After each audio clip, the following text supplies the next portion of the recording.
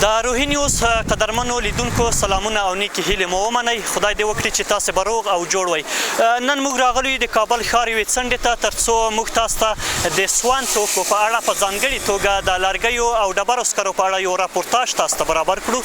دا چې د لرګیو او ډبرو سکرو په پیر او پلور کې څومره تغییرات راغلي دي او آیا د خلکو د اقتصادي وضعیت په خرابېدو سره اوس هم خلک کولی شي چې د ډبرو سکره او یا لرګي واخلي. دا چې د ژمي موسم پر رارسېدو دی، ډېری خلک اړ دي تر څو د خپلو کورونو د تودولو یا ګرمولو لپاره لرګي استفاده کړي او یا هم د ډبرو سکاره.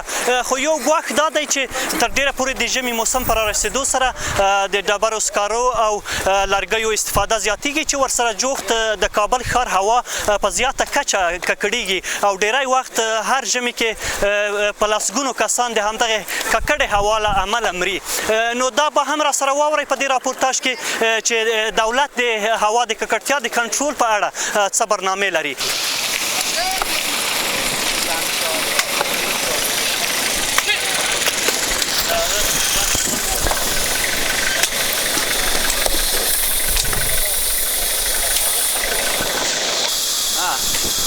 سلامونه ورور جانه. وعلیکم السلام. خوب هستید؟ جمشید هستم که باشنده شهر کابل می باشم. تاسو خو دلته د لرګیو کاروبار کوئ؟ بله. څنګه دي په دې وروستیو کې څومره تغییرات راغلي دي د لرګیو په خرید او فروش کې؟ والا تغییرات خو بسیار آمده دیگه. تغییرات بشه مردم یک در اقتصاد مردم ضعیف است. یک درجه که تقریبا پیش اگه بود مثال 100% تغییرات بود به حساب فقر بیچارگی، حال بیخی 100% فهمید مردم پریشان است و مردم دغه قیمتونو په اړه د لرګیو قیمتونه لوړ شوي دي که نه؟ قیمت‌ها خب به حساب خوب است نسبتاً. قیمت‌ها خوب است از اینکه فروشات نیست. فروشات نیست، مردم توان از این نداره که چوب بخره. دیگه قیمت‌ها خوب است. دیگه از 7000 است تا 8500 چوب است. کومه ځای راوړئ؟ دلته خو ډېر قسمه لرګي ښکارېږي. دا به ټول د سون وي او تاسو یې ډېری له کومه ځای راوړئ؟ این چوب از طرف سمت جنوبی میآید، از طرف پکتیا و خوست میآید. تو حالا کم بیش از طرف چیزا میآید به حساب در نور و به حساب از لغمان طرفان چوب میآید. څو ډوله لرګي لرئ تاسو دلته؟ ما د سه قسم چوب داریم. چوب به پوست است که این پوستدار است که مشاهده میکنین. دیگه اونو چوب ذخیره است که پارسال شکستانده شده. اینی چوبای نو است دیگه، نرخ‌ها مختلف است. لږ نږدې به ورشو او وی بګورو چې څنګه. این چوب موقع چوب به پوست است. خب این در بازار چوب به پوست ماست که پویر مفروشیم خروار 8000. خروار 8000؟ بله. اینی باز کدام نوع چوب است؟ این چوب پوستدار ماست. این چوب پوستدار ماست که است خروار 7200 است. تغییر څه کې د هغوی سره دغه نورو بې پوستو سره فرق څومره لري؟ فرقش این است که یک ذره خشک است و خوش‌سوز است، خوش می‌سوزد. دیگه یک ذره یک نم دارد، یک ذره چوب تر میباشه پوستدار نسبتا. زیاتر کوم ډېر خلک به پوست ها میگیره پوستدارم به خاطر بخاریای ترکی که مقاومت داره، به اون خاطر فهمید از این استفاده زیاد میکنه مردم. تا نه دغه دوه ډوله دي که نور هم شته داره مکینه میته به پوست پوستدار از حساب چوب. فنال چوب 3-4 رقم چوب اسپرکای است، نریز است، 5-6 رقم چوب است. اون چوب ما چوب ذخیره ماست. دیگه اون چوب ذخیره است که به حساب اون خروار 9000 پس کاره. تو پارسال شکستنده یا چوبای نو است که نو مشکنانن نرخشان نسبتا خوب است. با یا کم نم داره دیگه چوبای چی است. او کوم دلته خو ځینې خلک چې په بخاریو کې لکه ترکي بخارۍ وي او د نورې د آین چادر والا بخارۍ هم شته دي. د دې لپاره خو خلک جدا جدا لرګي اخلي که نه؟ از خو بخاری ترکی که استفاده میکنه چون مصرف از او بالا میگه کم همین چوب به حساب مقاومت داشته باشه، کلان باشه. او بخاریای وطنی که هست که میگه خرد باشه که به حساب دم بخاری جایشه و گنجایش داشته باشه. دا خو دلته بیا چې لوی راځي تاسو دلته وړکي کوئ او فکر کوم دا کارګر مو د همدې لپاره نیولي تر څو د لرګي کارگران نامخدا تقریبا در حدود پرسنل ما 18 نفر است که پرسنل کاری ما اونجا مشاهده میکنیم که با ماشین اره ماست. اگه میخواین برین ببینین ماشین اره چوب تا میشه، یعنی موترایم چوب ماست که اینی که میبینن این تا میشه در اینجا بازو جره میشه، از اینجا ذره باز ما برای اینجا برادیا چوب شکنا با چوب شکنا مشکنانش باز ما در روی بازار عرضه میکنیم. ماشین اره یک دفعه میبینیم که چی رقم بیاید دیره ببینیم.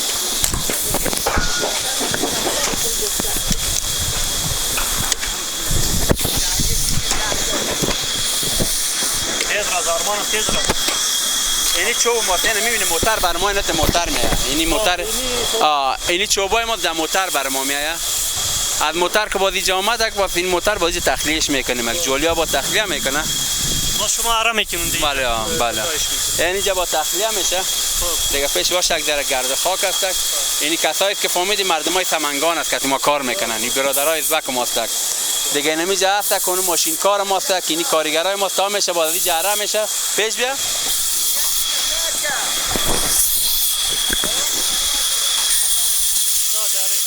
اینی شکل باز حساب اینی شکل اون کوتاه میشه بر بخاری آماده میشه. از اینجا که باز آماده شد در کراچی میبره بر چوب شکنا. بر چوب شکنا که با چوب شکنا میشکنن بعد ما دبیرو در بازار عرضهش میکنیم. بله.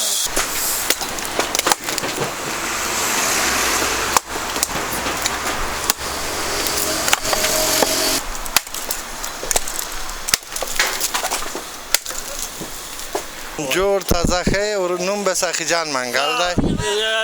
کوم ځای اوسیدونکی پکتیکا خوست؟ پکتیا یم په پکتیا کې ګردیز مربوط د میرزاکي ولسوالۍ. دلته خو د چوپروشي یا لرګي پلوري یې؟ لرګي وروره مختلف ریټونه دي. اوس پیرکی شته، غوړه څړی د سانګیز غوال دی. دا په دغه مارکیټ کې خرڅي. ته کوم قسمه لرګي لرې؟ دلته کولی شې راته وپېژنې دغه دي لکه هغه نورې؟ و زه بالوت دګدانې پوره بالوت لرم. دا دګدان لرګی دی که نه؟ و هغه بخورۍ لرګی دی. پیرکی یا سرخارچه د خلک تندور پوره وړي که نه؟ او هغه نوری درګیرانې پوره وړي. داسې مختلف لرګی دی ګاډ واډ خرڅېږي که نه؟ دغه بالوت دی بخورۍ پوره ښه پیرکی لرګی دی. یې نور دلته هر رقم لرګی خرڅېږي. خلک کوم قسم ډېره؟ بې پوسته ډېر خلک خوښوي که نه؟ ولې؟ بول وي لږ ښایسته وي هغه هر سړی خوښوي. یعنې ښه اور اخلي بې پوسته؟ ښه اور وخولې مقصد خوند کې وي نو هغه شی به څه کوي چې خوند نشي تر وخوستی څه ګټه به ولري؟ رښتیا وایې له کومه ځایه ډېر له پکتیا نه ډېر راوړئ؟ ډېرې کونړ نه ډېر اوس راځي. اکثره پکتیا نه راځي، وزیرستان انګور اډې نه راځي، زادرونه نه راځي. څنګه دي قیمتونه یې څنګه دي؟ قیمتونه مختلف ریټونه دي. نه لکه د مخکې په څېر په هغه نسبت یې تغییر کړی؟ ټول ډېر ښه دي ځکه خلک ډېر ژوبل شوي دي، پیسې نه لري. 200 300 500 ارزان دي که نه؟ یعنې خلک یې نشي اخیستی؟ والله خلک یې نشي اخیستی ځکه غریبان دي. د دولت کې لږه تغییري راغله او ځکه چې سابقه دولت ګډ واډ وروسته ګډ واډ شو، کارنتین و، خلک بیچاره وي دي، تنخواوې نه ورکوي. بس داسې مشکلات. ډبرو سکاره لرئ دلته؟ و سانګیز غوال ډبرو سکارو طرف ته هم ورځو به ګورو چې د ډبرو سکاره زیاتره له کومه ځایه راوړئ؟ هغه شیخانه ډېر راځي، د ریسو بېدې خوا نه ډېر راځي. په سانګیز غوالو کې ډېر پارک دی، ښایسته غوال ښایسته دي، روي دي. نو دلته خلک راوړي، مختلف خلک یې راوړي چې څوک غواړي چې یاره زه ځون ته دوست پیدا کړم هغه ښه سانګیز غوال راوړي. د ډبرو سکاره خو د پخوا په پرتله اوس یو څه پلور زیات شوی دی. علت یې تاسې څه بولئ؟ مخکې به دومره نه و، زیاتره اوس خو داسې دي چې مخکې خو دغه کندونه چې وو که نه دومره وسایل خلکو نه وړه. اوس یې داسې وایي خپله تجربه تر واخیسته. لرګی نه دا ښه تمامېږي، نه په 2.5 خروار دی. لرګي چې 8000 وخولي دا په 2.5 والا نه وخولي. اوس خروار یې په 2.5 افغانۍ 400 اینې داسې مختلف ریټونه دي. په سانګیز غوال اوس ډېر پارک دی، ښه سانګیز غوال، خراب سانګیز غوال. دغه په دې وروستیو کې د ترکي بخارۍ هم چې دلته بازار ته ډېرې راووتې، خلکو واخیستې، نو تر ډېره پورې هغه د همدغه سانګیز غوالو لپاره جوړې دي که نه؟ په هغې سره به هم د دې پلور زیات شوی؟ خو د اصلي شی سانګیز غوال د ترکي بخارۍ چې دي دا سانګیز غوال یې ورسره لګېږي ځکه دا نوره وطني بخارۍ سانګیز غوال سخت دی، هغه زر خرابوي. د اور بیا د نسبت لرګیو ته څه تغییر ده پکې؟ اور یې دوامداره ده که څنګه؟ دوامدار دی. بس لکه څه درته وښایم میسو لکه سپرکۍ لرګی داره په کرار سوی کېږي داسې زر لمبه نه کوي اوس دغه تا سره چې دي دا خو دغه تیږې یو څه لویې دي که نه نور مختلف ډوله نور هم شته که نه همدغه یو ډول شته دا خو خال دلته جوړوي اکثره دلته چې هر سړی خریدور یې واخلي هغه دلته په 150 روپۍ ورکوي یا 100 ورکوي هغه په اندازه یې ترکي بخورۍ ته جوړوي یا وطني بخورۍ تاسو ته لویې تیږې دي موږ ته لویې راځي بیا یې دلته خریدور ته ورته جوړوي سلامونه حاجي صاحب ستړي مه سلام علیکم صاحب ستړي مه شئ بخیر صاحب مننه خوشحاله سه حاجي صاحب ستاسې نوم هم څومره وخت کېږي چې دغه سنګ زغال او لرګي خرڅوئ تاسو زه عبدالمنان یم دلته یو 10 کاله کېږي چې کاروبار کوم صاحب دا د سمټو لرګي او د زغال کاروبار کوم صاحب څنګه دی دغه څومره تغییر راغلی ده د ډبرو سکرو او لرګیو په پلور او پیر کې نظر پخوانه خو ډېره داسې بازار ټیټ شوی ده او ضعیف شوی ده کار نه کوي خلک دونه پیسې نه لري چې واخلي صاحب دا مامورینو پخواني دولت چې د درسه کور کې ده او خرید فروش پکې ډېره کم شوی ده دا خو چې ژمی هم پر رسېدو ده او هوا ورځ په ورځ یخ کېږي څه فکر کوې کاروبار به ښه نه شي داسې تمه او هیله لرئ نظر په اولو ورځو چې طالبان راغلي اوس ډېره ښه شوی دی او 10 لا 40% پورې خلک بیرته اخلي پیسو باندې پیسې لږ پیدا شوی ده صاحب خو اوس هم په ټوله کې هغه د نورو کالو په څېر کاروبار ښه نه ده نه ډېره ضعیفه ده هسې پخوا غوندې کار نه ده صاحب دلته خو تاسې لرګي هم لرئ او دلته چې لیدل کېږي د ډبرو سکاره هم شته دي که څو قسمه لرګي او د ډبرو سکاره لرئ تاسې دلته خمک په نوم ده شیخه ده تور ده تاله او برفک ده صاحب رنګارنګ ده نو کارتني ده صاحب دا خو د ډبرو سکرو قسمونه وو بله صاحب بله دغه اوس دغه موږ چې څنګ سره ولاړ یو دا کوم قسم دغه دې ته شیخه وایي د درې صوب ده وروره ده ګوره دا شیخه ده لکه دې تیږې خو لویې دي که نه وړکیان هم په راځي صاحب بوجۍ کې دلته بوجۍ کې وړکیان دي کوم یې ډېر هغه لري بازار لري کوم قسم شیخه ده په نوم د شیخه صاحب کان عزیز نانبای ده ډېره ښه ده که دې ځانګړتیا څه ده مثلا چې دا ولې خلک ډېره خوښوي ده دا صاحب هم ډېره ښه اور لري او ډېره ښه نامخدا سوخت هم لري صاحب په وزن کې به هم دغه نورو نه یو څه سپکه ده تیږه پکې نشته دي منګې دا شیونه پکې نشته نور قسمونه کوم دي کارتنو کې چې راځي هغه تاسې لرئ دې خوا ده صاحب وربشو حاجي صاحب د تیر په نسبت اوس څومره مثلا هغه وخت به تاسې د ورځې څومره خرڅول د ډبرو سکاره او لرګي اوس څومره خرڅوئ د ورځې پخوا صاحب 10 تنه 12 تنه د ورځې خرڅېده اوس چې دا 1 تن 2 تن خرڅېږي اوس هم موږ خو همدغه وظیفه او مصروفیت بله کار موږ نشو کوی اوس او کارتنونه دغه کارتنونه دي صاحب ښه په دې کې هغه د کارتنو والا چې دی هغه همدغلته کارتنونو کې جوړېږي که نه همداسې تیار راځي له بله ځایه قلعه مرادبي کې جوړېږي صاحب یا کتوت کې جوړېږي دشت برچي کې جوړېږي صاحب دا خو لکه د بخاریو لپاره تیار جوړ شوي دي بله هو صاحب دا په 18 دانې پکې ده 23 کیلو ده صاحب ښه تاسو یو هغه خلاص نه لرئ چې ویې ګورو چې څه ډول دي او کوم قسم جوړ شوي دي ده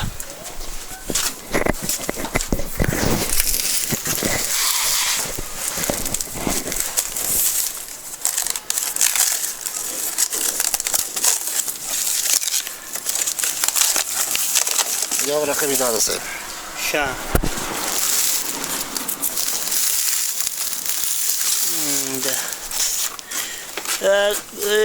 په دې ځانګړتیا څه ده دلته یې د سوریم پکې کړي دي دا د دې لپاره چې ښه اور واخلي که نه او صاحب هماغه نه اور مثلا ډېره ښه اور اخلي او تصفیه شده ده ډېره ښه ده قیمت خو یې دغه نورو نه جګ ده هغه دا کارتن په 250 ده صاحب ښه او دغه رقم چې ده دا 160 روپۍ ده 160 دا بیا ولې ارزانه دي د کیفیت دا خو بیا کم ده صاحب هغه ډېر دي صاحب 23 کیلو ده دا 14 کیلو ده صاحب ښه هغه نور هغه لوی تیږې چې دي د هغې نه خو قیمت جګ ده او د هغه نه جګ ده بله صاحب قدرمنو لیدونکو دا چې د کابل ښاریان د لرګیو د قیمتونو په اړه څه وایي په ټوله کې د سون توکو په اړه آیا دوی توان لري چې د لرګي وپلوري دا چې ژمی هم رانږدې کېدو دی او دوی اړ دي چې لرګي او د سون ورته نور د سون توکي واخلي له دوی سره هم خبرې کوو چې دوی تر کومه په دې توانیږي چې د خپلو کورونو د ګرمولو لپاره له لرګیو او د ډبرو سکرو څخه استفاده وکړي میگیری. سلام خاله جان. سلام علیکم بیادر. خاله جان چطور هستن مردم زیاترشان حال زمستان که نزدیک است اونا مجبور هستن که چوب بخره و زغال سنگ بخره، چطور توانش دارین شما که بخرین؟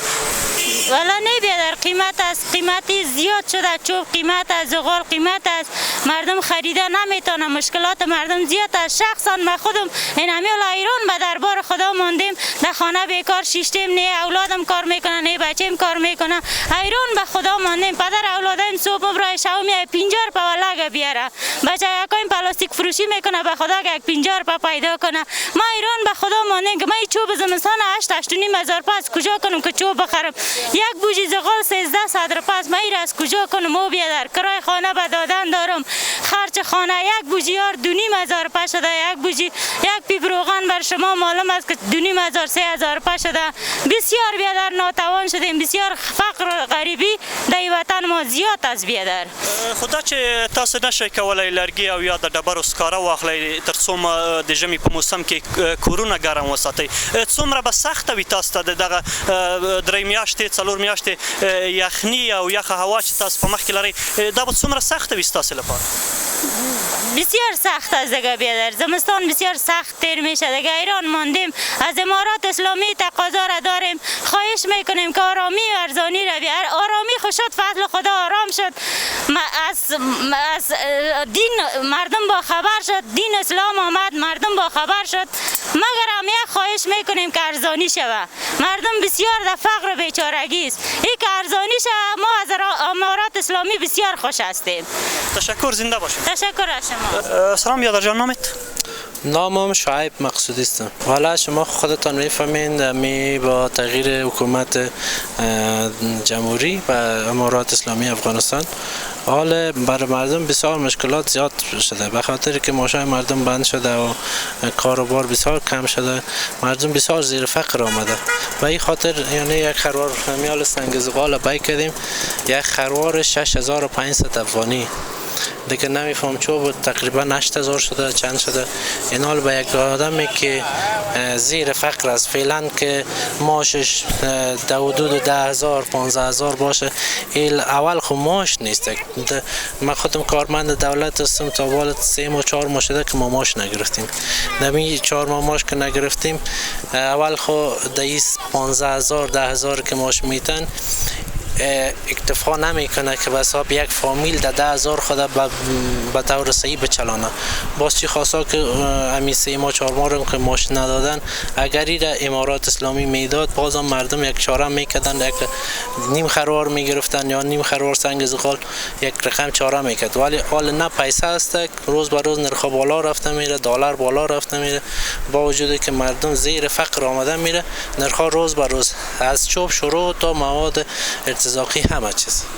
دا چې ژمی هم را نږدې ده، دا خلک له اقتصادي ستونزو سره مخ دي او دوی نشي کولی چې د ډبرو سکاره یا لرګي واخلي. څومره به ستونزمن وي دا وضعیت دوی ته، او دوی به دغه ژمی په څومره سختیو کې تیر کړي؟ سختی خب بسیار زیاد است. واقعیت برای من که خودم یک انسان عادی هستم، فعلا که میفهمم از دل مردم، میفهمم که چقدر مردم غریب و بیچاره روز به روز میبینیم کراچی زیاد میشه، روز به روز میبینیم فقر و بیچارگی در چیز زیاد. و حالا زیاد تشویش موبایی است که مردم نخواد امی زمستان و آسانی بسیار به وجه اصلا خود تیر کنه. قسم سابق هم یعنی چندان خوبش نبود، یعنی حال زیادتر مردم زیر فقر آمده، بسیار زیاد.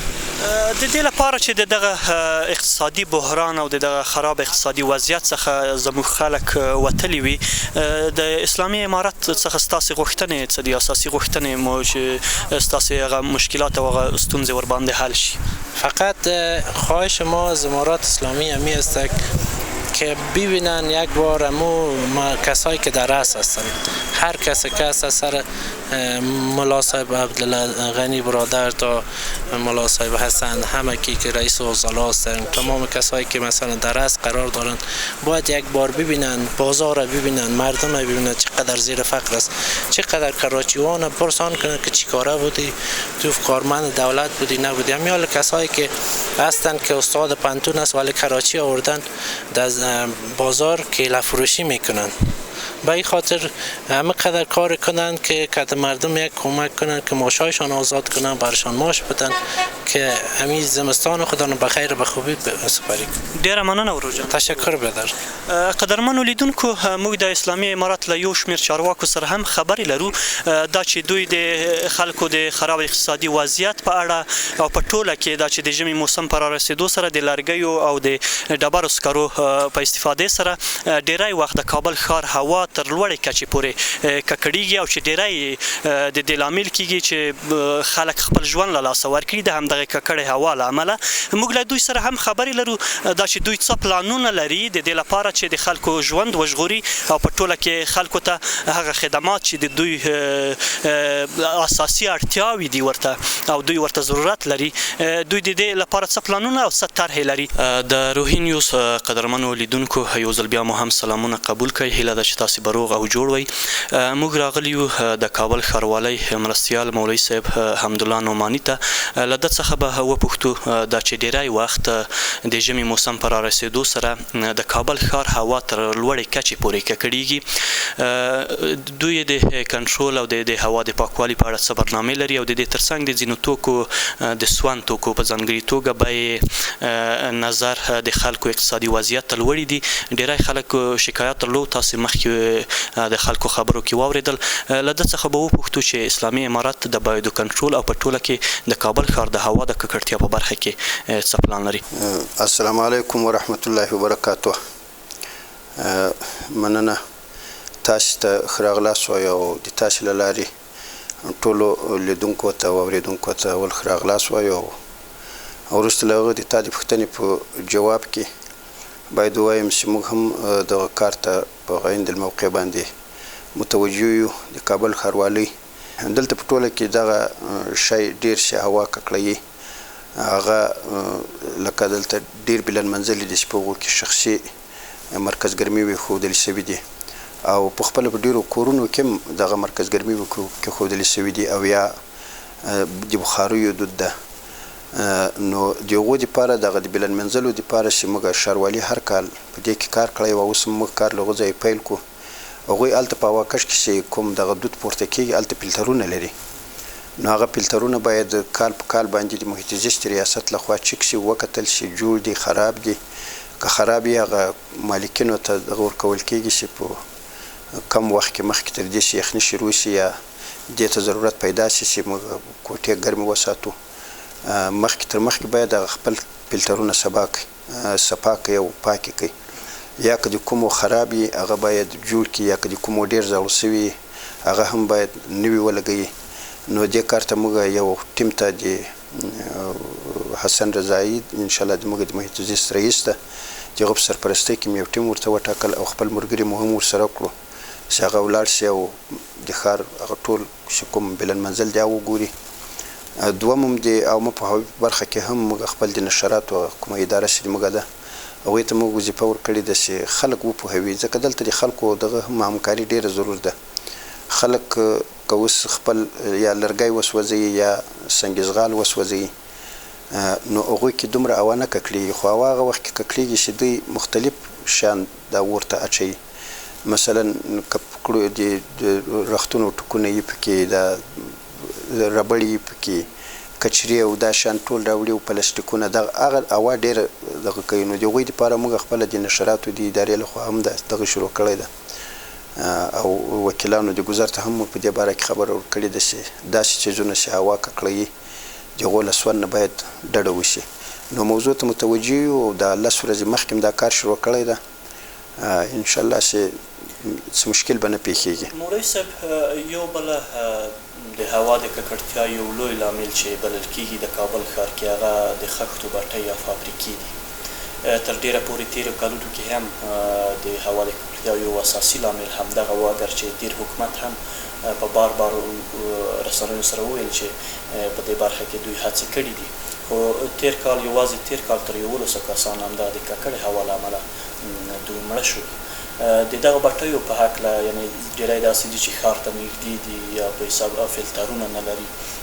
دوی ته هم تاسو داسې خبرداری ورکړی یا داسې یو پلان شته ده چې هغوی به د ښار نه لرې ځای ته انتقالېږي او یا فلټر ورته لګول کېږي؟ نو هغوی خو له پخوا چې هم داسې تصمیمونه نیول شوي دي چې هغوی له داسې علاقو چې باید لرې وساتل شي چې هلته انسان ژوند کوي او یا مثال خبرې په داسې ځایو کې کېښودل شي چې هغه خپل طبیعي هواوې په برابري شي هغه دود بیرته دغه توی شي هغه د کال په جریان کې یو مستمره پروسه ده خو هغه په ژمي کې له دې خاطره چې کارونه بندېږي دلته هوا سړېږي هغه په خپله نه وي اصلا چې اوس موږ ته مهم دی هغه د مرکز ګرمیو په حساب باندې ده د بخاریو په حساب باندې ده د هغو په حساب باندې موږ دغه کوو په هغه باره باندې خپل هغه د دولت چې کوم قوانین یا مخکې ښودل شوي دي او یا وروسته ښودل کېږي موږ هم په کارونو کې نوي تقریبا 2 میاشتې کېږي چې دا تحول راغی موږ راغلي یو نو هغه د ښاروالۍ ډېرې برخې دي چې هغه ځینې نوي پلانګذاري ته ضرورت لري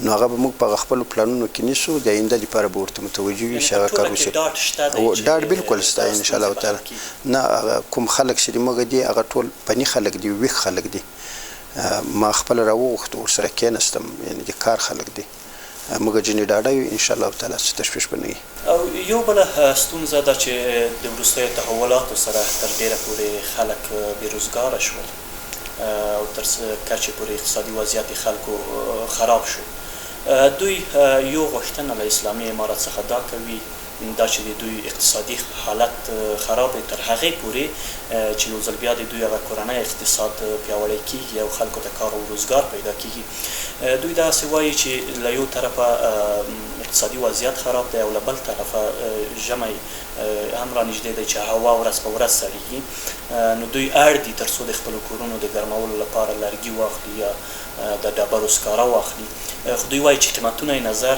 اقتصادي وضعیت ته زموږ جګ دي ډېر او موږ نشو کولی چې په اسانۍ چې د باید کنټرول په اړه یې څه پلان شته دی او دلته موږ په هغو تجارانو سره په دې باندې بحث وکړو چې لاملونه د قیمتونو د لوړېدو چې شي د بیې لوړې ولې شوې نو هغو کې څو فکتورونه شامل وو چې هغه ډېر موږ حل کړو لکه یو دا موجود و پکې چې د حیرتان بندر ته چې کوم مال راتو هلته د وزارت مالیې لخوا د ګمرکاتو مامورینو یو امید لرو چې خلکو ته هم قناعت پیدا شي او لکه څونه چې زه له خپلې منډې و چې خبر یم یا زه د ښاروالي له کارو خبر یم و زه دلته ښاروالي ته د 2 میاشتې راغلی یم په هېڅ چا باندې نه معاش کم سوی د همغه یو خپل معاش د هغه اخلي یو کارګر هم د موږ نه د بیکاره سوی خو موږ وایو چې نه عام طور پرته له دې چې مثلا د دولت په سکتورونو کې یا د دولت په ادارو کې خلک مقرر شي معاش واخلي عام طور باید زمینه دې برابره شي چې خلک کار وکړی شي ډېره مننه مولوي صاحب کور وده